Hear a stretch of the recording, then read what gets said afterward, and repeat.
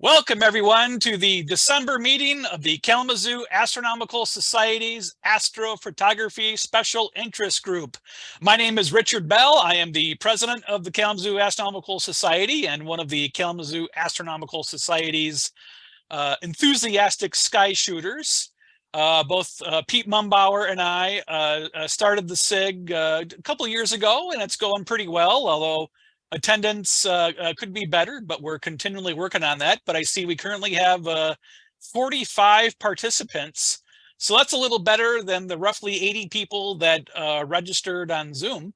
So we appreciate you all being here today. I know some of you are members, some of you found out through Sky and Telescope, perhaps some of you found out through Cloudy Nights, or you're just digging around the internet and stumbled upon us. But either way, it is great to have you here. So we were again hoping to be at Western Michigan University in Rood Hall to meet in person. And many of you know that last month we decided to go straight to Zoom instead because there was a winter storm warning. And this month there's a different type of storm warning amongst the family, and that storm is called COVID. So I think my great nephew got it at school. He passed it on to his little sister and his mother, my niece, and either the niece or the kid, they passed it on to my mother. My dad got it, and so far, I've been around all of them. I'm the only one that's come through this unscathed so far. Knock on wood, but I don't have any, so I'm in big trouble. But I'm feeling fine. But I figured out of a abundance of caution, we would meet online. You guys could meet in person without me, but I don't know if people could run things without me, frankly. So I just figured it'd be easier to do it on Zoom. And it is cold and depressing out there anyway, so who wants to venture out to Western Michigan University anyway? But it is great to again have everyone here on Zoom, and we got a great presentation tonight. So tonight's presenter, as mentioned, is the co-founder of the Astrophotography Special Interest Group. He joined the Kalamazoo Astronomical Society probably in the early 90s, a year or two before I did, probably around 92, 93, and very quickly developed an interest in astrophotography. And he helped trigger a astrophotography contest that we started in the late 90s, and that went on for a little while, but then we realized that the same people were winning year after year. So we figured, let's just go back to the traditional way of doing Astrophoto Night, which is our October meeting, and just share photos. But Pete has come and gone over the years. Again, he joined in the 90s. He dropped off around the late 90s, came back briefly in the early 2000s, then dropped off for a good probably 15, 18 years. And now he's back again, living in Vicksburg in his formerly moldy basement, which is behind him here. And so tonight, Pete will give the feature presentation, everything you need to know about flats. So Pete, take it away. Great. Thank you, Richard. Let's see if I can share my screen. Okay.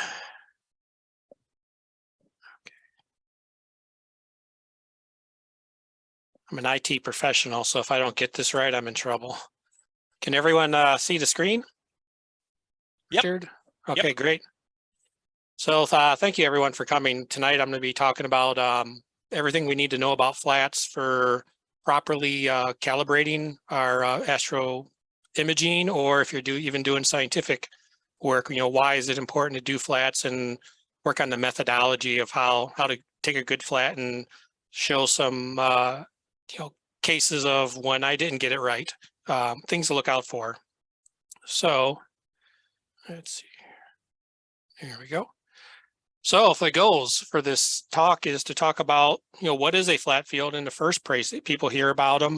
There's calibration frames out there. You got your darks, bias, flats. What exactly is a flat? What makes for a good flat? And how do you take the good flats? There's some ideal attributes you want to have in a flat field, and there's obviously some good techniques. And then how do you calibrate with a flat frame? From the actual flat frame itself to how it works in the entire workflow of calibrating your image or your data. And then finally, I'll show some examples, including some bad flat frames, and then even an example of some processing I did with and without flat fielding, because modern processing tech software does have some really good tools, but they can get you a long way, but flat fields are still, they're very important. Also, at any time during this talk, if anyone has a question, feel free to ask if they can get unmuted, or ask into the chat session, and hopefully it'll bubble up to me. So what are flat fields? Flat frames. Flat frames at its essence is a recording of the optical system of your telescope from when the light first comes in at the objective and works through everything through your imaging train, whether it's filter wheels or off-axis guiders to the camera itself. It's going to record everything that's in that path, including dust, vignetting, which is like choke points. So, you'll start seeing the darkening in the corners, and you can see that here in mine. I got these, vignetting right here in the corner. You got little dust motes, dust bunnies. Yeah, and so they can be caused by many things, like I said, from dust particles, anywhere from on the glass of your camera all the way up to that front objective. And because they are casting a shadow onto your imaging chip, whether it's a DSLR or a CCD based camera or CMOS, the farther away it is, the bigger it is. So it's really good if you're trying to figure out, like, well, here's some dark ones here. How far away are these? Well, I know for sure that these are actually sitting on my my filter wheel, on the filters inside my filter wheel. So if it was a lot bigger, I knew it would be kind of further out, but if it was real tiny. So it's good for diagnosing. Ideally, you don't want any dust particles in there, but that's what flat fields are for. They will correct for this stuff. And then obviously vignetting, that's what's in these corners here. You can see it's darkening. Basically the light rays are being clipped. So flat fields also adjust for variations in your imaging sensor. Each pixel on the sensor itself has slight deviations from one another on how sensitive they are to light. So if you're doing photometry, for instance, very important that you have everything regular, adjusted for each other. So I'm trying to think of a good way to describe it. So yeah, so if you're trying to figure out like a transients where you're working with some really small magnitude differences, having a good flat frame is super important. So the sensitivity isn't as big for pretty pictures, but very important for doing photometry. So what makes for a good flat frame? You want to take it with the same orientation as your light frames. So basically having your camera in the exact same position, even if you have a rotator, or if you rotate your camera, you still want it in the same position. So if you do all your luminances, for instance, one night and then the next night, your camera changes position, or you rotate to a different angle slightly, you need different flat fields to accommodate for that.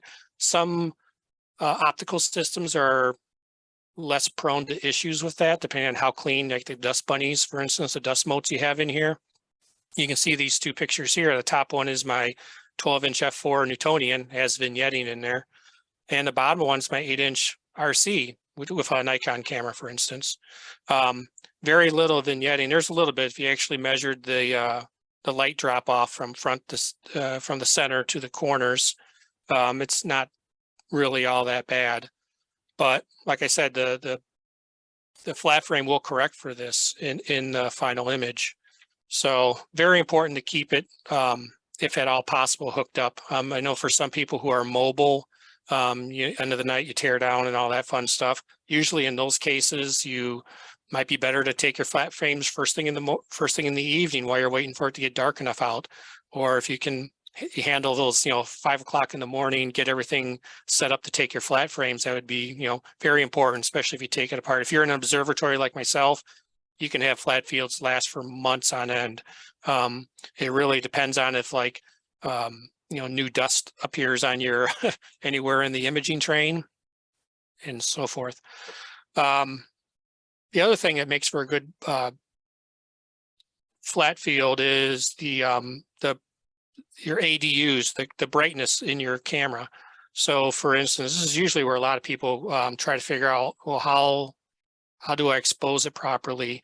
What you want to do is keep it in the linear range of your detector. And what that means is for some sensors, it's a very linear response. As the exposure increases, the ADU increases at a very, linear rate.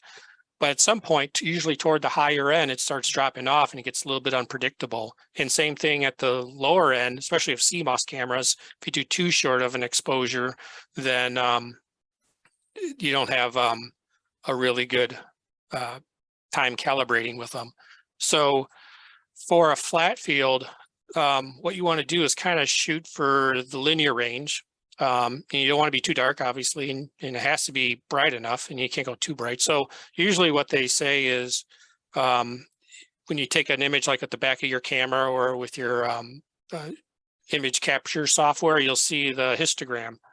And I'll show that here in the next slide. But basically, you want to get it off what's called the noise floor. When you see the little histogram, it's going to be the little hump and everything. If that's all the way to the left, that means you haven't exposed long enough. But once you start pulling off to the right, you'll see it drop off and there'll be nothing touching on the far left side. And ideally, if you stay within 1/3 to 2/3 of the way along that histogram, that's an ideal. There's no magic number you have to hit. You just want to get into a range and what works for your system and for how you take them. Oops. Now bad flat frames. I've had so many things go wrong with flat frames over the years, and I'm glad that I've learned how to diagnose them.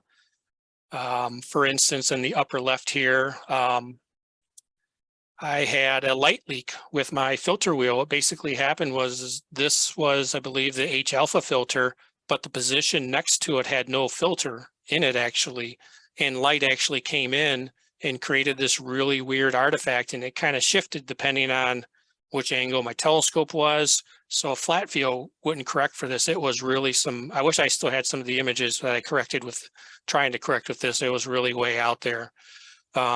So light leaks, they can be with, obviously like with my filter wheel, they could be light leaks on the back of a Newtonian. Light can get in all sorts of crazy spots. You would not believe it. But you got to experiment and try to find out where they are. I've gotten my system down to a point where I can actually take light frames or flat fields, excuse me, during the day with one of my devices. This top right one, whoop, got someone unmuted. What happened here is my exposure was too short. Some CCD cameras, I don't know if too many CMOS have these, but some older CCDs and even some modern ones, they use mechanical shutters where it basically goes around in a circle for the exposure. If it's too short of an exposure, you basically catch a shadow of the shutter coming through. And in this little corner you see right here is that shadow going through. I was trying to do like 1 second exposure. I think it was 1 or 2 second exposure. And you have it in the top left too. And the reason that is for like these images, I'll shoot through the meridian and then do a meridian flip. And so everything reverses, it goes 180 on you.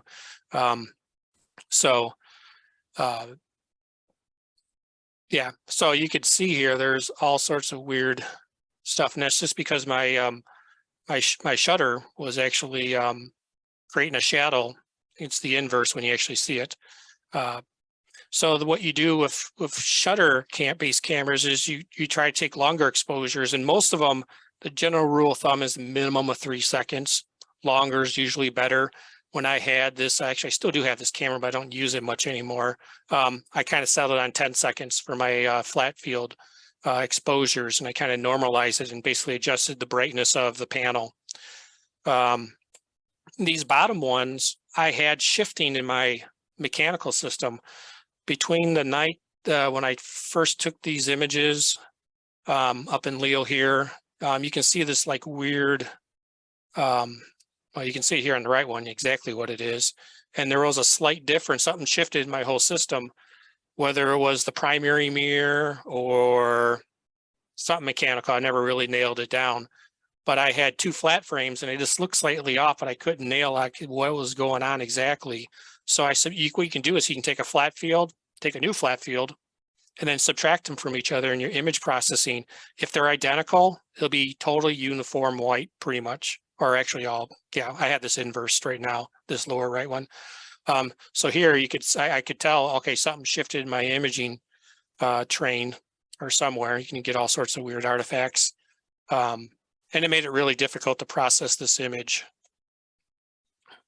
So there's a lot of things that can go wrong with flat fields.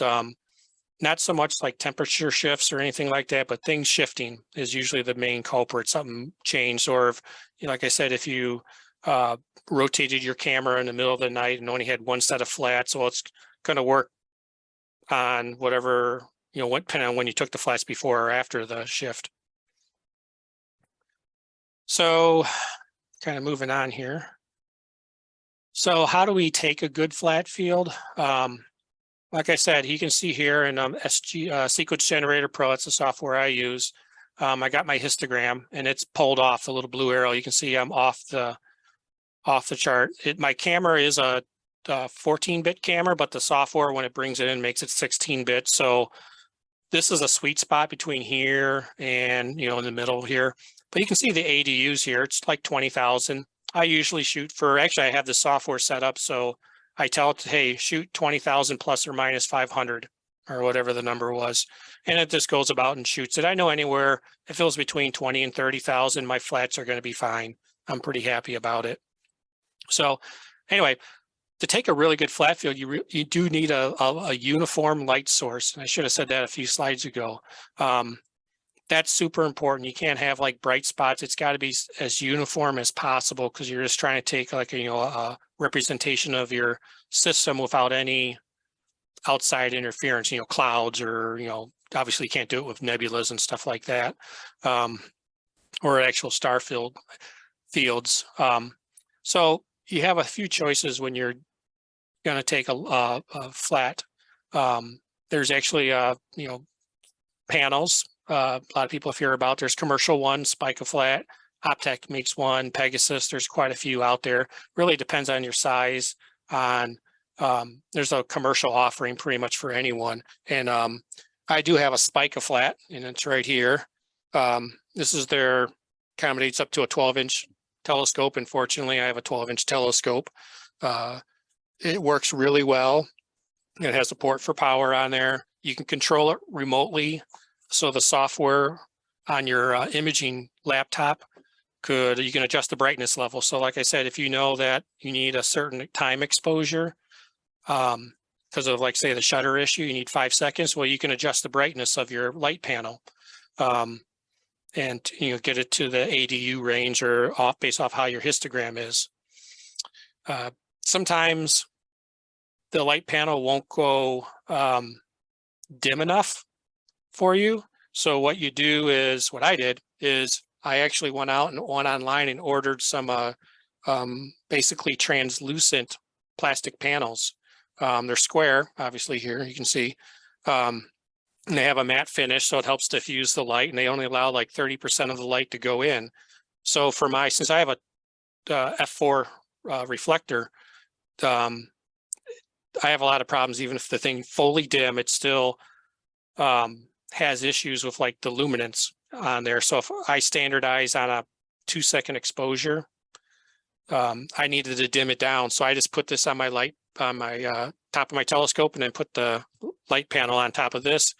And then I adjust the brightness remotely and just take my flat fields and I keep them at 2 seconds. So it could be standardized. So my dark flats, which we'll talk about here in a minute, are all the same. It makes it easy when you standardize. Other ways you can go is also if you don't want to go with a commercial offering, because they do tend to get pricey, especially these big like the Optech 47 inch square. That's a humongous one for really the biggest telescopes out there, and you're talking many thousands of dollars. You can go on Amazon even and buy those commercial flat panels for tracing.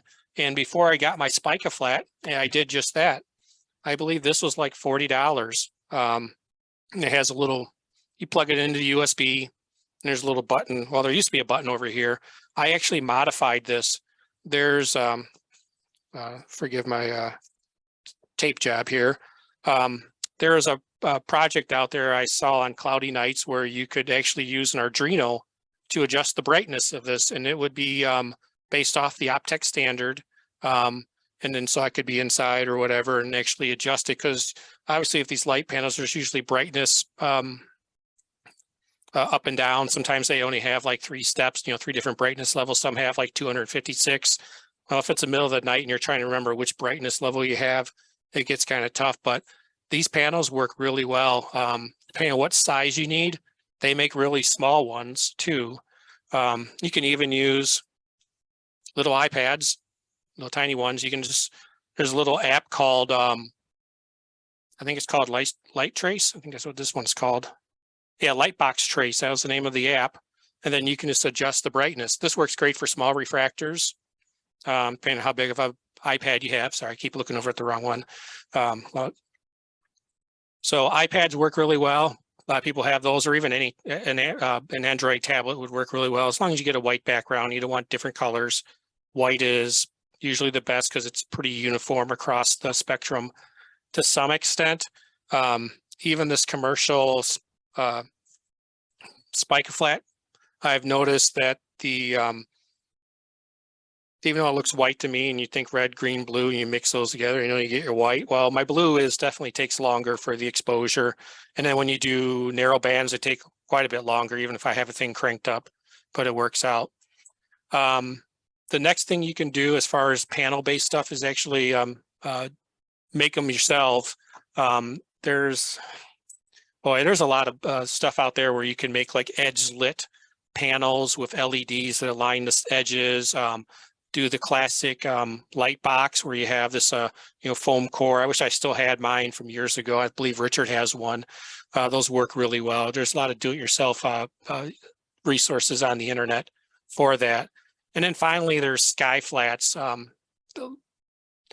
It's always there, guaranteed. But you have to do it within a certain time, because you can't wait while it's too dark, because then you start recording stars. Then you have to do all sorts of stuff to get those stars removed. So there's usually a window about 30 minutes before sunrise or after sunrise that you can point the telescope about 10 degrees. So if you're at sunrise, you want to be 10 degrees above, from the zenith, pointing kind of away from the sun, and then opposite the other way. And then usually if it's clear out, you can get away with just shooting it that way. But then it doesn't hurt to take like a white t-shirt and put it over the front of your scope to make a diffuser, or even those plastic panels like I showed below, something that would hold, stay on there, obviously. And then you can get some really good results.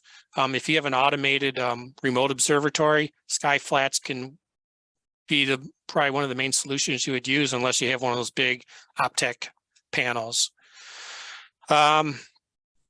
And like I said, too, same imaging train configuration, so same orientation. I've heard people ask about like focus position.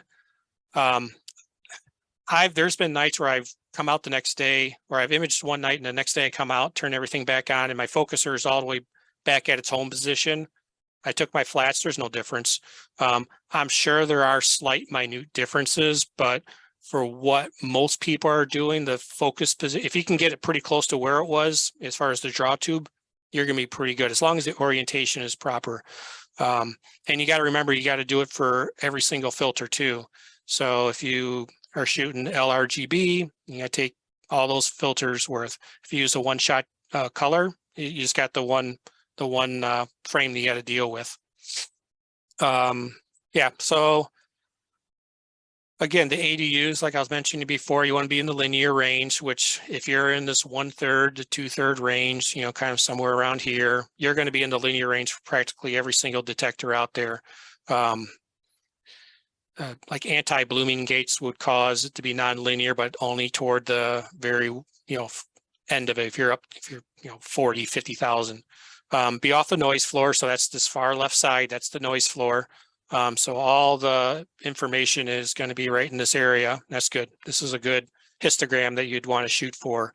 DSLRs make it super simple. You just set it to shutter priority or aperture priority. So set it to whatever you need and just let it take the picture. It'll auto expose and put itself right into the middle for you. So they make it really easy to do that. And then again, too, if you have a mechanical shutter and you're getting weird artifacts, especially like in the corners, it really depends on the shutter itself, but just increase your exposure. Try to settle on 3 seconds, 5 seconds, whatever works. Like I said, even with CMOSs, even though they're super sensitive, I've settled on 2-second exposures, and that's worked out very well for me. So calibration, this is the fun and confusing stuff sometimes. So big overview here. This is how basically, and this is for myself. I know some people, swear by bias frames, and they might have other methodologies. Bias frames are really good if you have, and they're needed for like with CCDs and for some other edge cases. But in general, our 3 calibration frames to get a really good image, or for photometry, ideally, are your flat frames and your dark flats and your darks. So for myself, with a CMOS camera, I always shoot at pretty much gain 1600, 20 offset, about 20, minus 20 Celsius. I keep it the same across the board. Flats don't necessarily have to be the same temperature as what your lights are taken at. It doesn't hurt to be. It's probably, it'd probably be, if you're not at the same temperature, you'll be fine. So what you would do is take a bunch of them. I use 20. Seems like a good number. You want to have enough so when you stack them into your master dark frame after you've calibrated them, that you have a good clean image that you're going to apply to your light frames. So to calibrate them properly, you should technically shoot dark flats. Now, dark flats are no different than darks. They're just used for flat frames, and they it's just that they're shorter exposures typically. So for instance, like I took in this example, I have 20 by 10 second flats. So I took 20 by 10 second darks to apply to the flat frames after I've made a master dark flat. And then you take that dark flat and you subtract it from each one of those 20, and then you stack them using normalized and median combined in your software. I use PixInsight now. Makes it really easy with the weighted batch pre-processing, a WBPP. And you get your master flat. Then you have your darks and you shoot them, which are for here, 20 by 300 seconds. You get your dark. You got all your light frames. First, you subtract each frame gets the master dark frame subtracted. Then you divide by the master flat, and that gives you calibrated. So what you do is you get all the noise out, all the heat related noise and stuff because of the dark frames are taking them, and then all the vignetting in your system, the site to site variations on your pixels, dust bunnies, you name it, all that stuff gets corrected out in the very end. And then you do your aligning, and then you stack and all the line frames of your rejection algorithm that you're using, and you end up with a pretty picture like down here in the lower right of NGC 253. So again, it's technically, I would say, even if you forgot to take dark flats and you're like, well, I'll just take bias frames, I wouldn't even use bias frames. I would just stack your flats, because if you go back and look at here, this ADU is in such a great area and you have such a high count that I really don't think, if you don't have dark flats, you're fine just stacking those. The exposures are typically short enough and the cameras are low enough noise these days that the contribution of noise to the calibrated frames are going to be very minimum. So if dark flats are just a big mystery, and it just don't even mess with them, just do well exposed flats, and go with it from there. But if you can't take them, it doesn't hurt. Again, it's, there are best practices. And if you're going for the absolute cream of the crop image or the most sensitive photometric measurements, then yeah, you should go through the proper process, darks and dark flats and get all that stuff calibrated. Like I said, I don't do bias frames anymore, especially if a CMOS, because what I've come to find on a lot of the mid-range CMOS chips that are out there, if you take exposure, especially under 1 second, the ADU count gets really wacky. There's been some guys on the PixInsight forums, Cloudy Nights Astrobin forums, they have some studies showing like, they've kind of mapped it out, like they took exposures at like 0.1 and all this stuff. And the logic to take the picture, it shifts from like, it's on board the chip to off board, and it gets some really screwy stuff going on. So with modern CMOS cameras, I just don't mess with bias. It causes too many issues, I think. So dark flats are, I would say, the preferred way. Only other time that you could possibly use bias frames would be if you have a dark frame. Let's say you shot it at 300 seconds and you have a dark frames that are at 600 seconds. You can use a bias frame to scale the dark frame down to 300 seconds, a little advanced stuff. But like I said, let's keep things simple. You can get really good solid results. I've had a few Astrobin top picks and I've never used a bias frame. You get some really good solid results. And also too, like I said, this is like the concept of it, and each processing software might have a slightly different way. I know there's a few packages out there and their interface is a little bit different, but it all ends up being the same. Okay, here's an example that I did with using flats and not using flats. So on the left side, I didn't use any flats. I'm like, I don't want to mess with flats. I'll use PixInsight's dynamic background extraction and we'll make it work. So, and you can get it to work. It's not ideal. So you can see the stack coming right out of the image, out of the software, and you got your vignetting in the corners, all that fun stuff. It's not too horrible.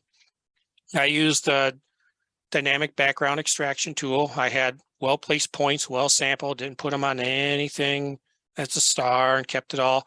And I subtracted, and you can see you got this weird glob in there. I don't know, wherever that came from, somewhere in the system, something there's some variations in my sensor. Now,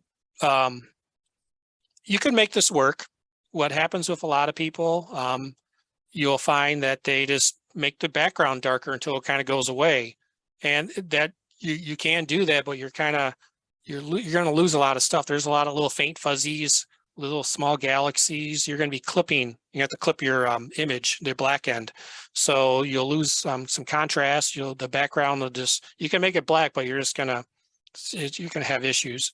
Now on the top right, I did do a flat. Doesn't look like it. There's a little darkening on the top. Well, that's my light pollution reality here. So unfortunately, flat fields don't correct for light pollution.